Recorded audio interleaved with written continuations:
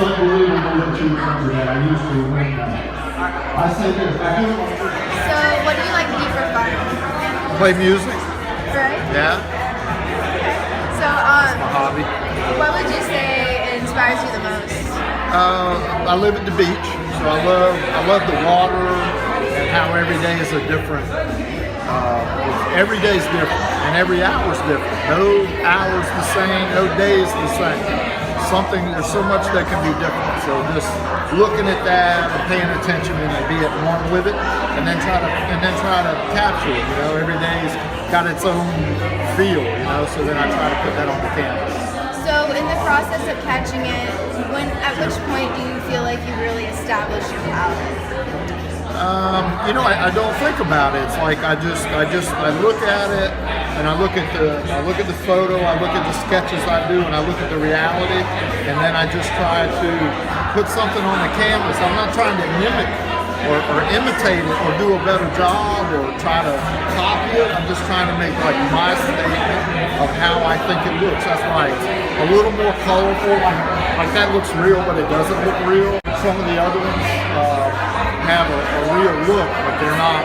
You can tell they're not real. You know. So that's the fun to me, is make it like it could be real. Okay, that's beautifully put. Okay, cool. Like a dream, but when you wake up, you know, when you wake up from a dream, you remember the best parts. Like not all of it, the best parts of it. So look at that. Ooh.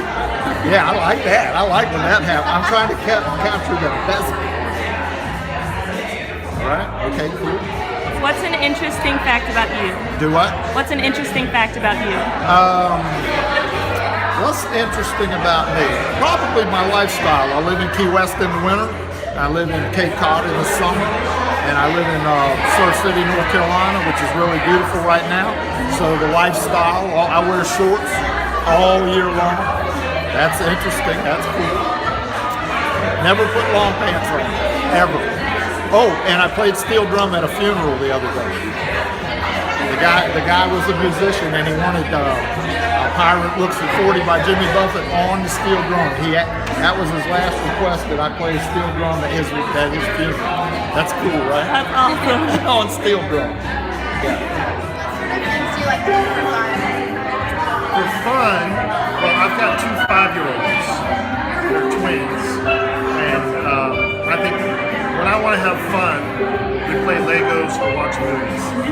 And if they're not around, like they're in camp this week, I spend a lot of time in the studio, and that's my fun. So what would you say inspires you the most? Well, my work is really about my life, and it kind of works in two ways. So I have a wall in my studio where I write down things that I think about. So I call it the title wall, and it's just got a lot of stuff on it. And so a lot of that comes as I'm working on the paintings. But I think, what I'm thinking about in my life, or the issues, or the things that are going well, that stuff comes out through color. And so I really, the work is very expressive in terms of where I'm at mentally. So the titles are kind of a reflection of that in words. So Kind of holds it together. in the end, the piece has to work. But the conversation I'm having with the color while I paint is really, it's really about where I'm at in my head. If I'm in a good place, the colors tend to be brighter, warmer, more inviting. The white painting around the corner over there was in the wintertime. And this winter I made a lot of paintings that were white, or brown, or gray.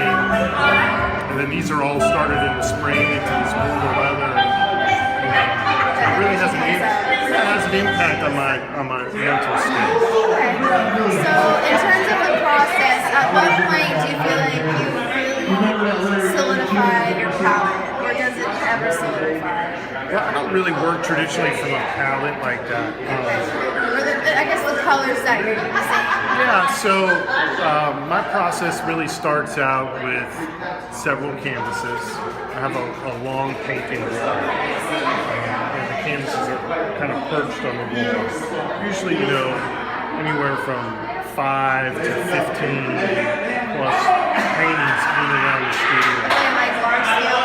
I mean, they're all different. Like, I have about 6 or 7. I've been working on that size.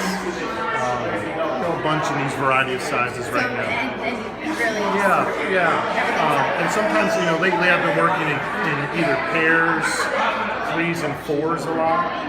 There's some that I work kind of individually, but I've been starting out kind of taking a bigger painting with multiple canvases. So the process starts out, I wake up in the morning, have some coffee, I mix a color, because I mix all the colors, and then I start working. And as I'm using that color, everything that I do with that color informs what my next color is going to be. So rarely do I start out with more than 2 or 3 colors in a session. So if I feel like I have several hours to get to work that day, I'll start with 3 colors, and those colors will inform all the other painting decisions I make, or directions I go in, or conversations I have. So of course you know your key colors, but do you think anyone could tell what is the strongest that you begin with? I use a lot of blue and pink. I mean, I just have always used a lot of blue. This is what happens. Ironically, I think the first painting that I ever made that I liked, that I think other people kind of noticed, had blue and pink in it, and it's called Blue and Pink. And I also have a boy and a girl that are twins, and he loves blue and she loves pink. It was kind of fortuitous. It's kind of a big. And as a kid, my grandmother loved Matisse. So she would take me to the museum. She worked at the Art Institute in Chicago, and she was always pointing out stuff in Matisse, and Matisse always used blue and pink. So I think that has something to do with it too, just, that influence. And what would you say would be one very interesting fact about you? Fact? I don't know. It's such a basic question, I don't have an answer to. I like to eat.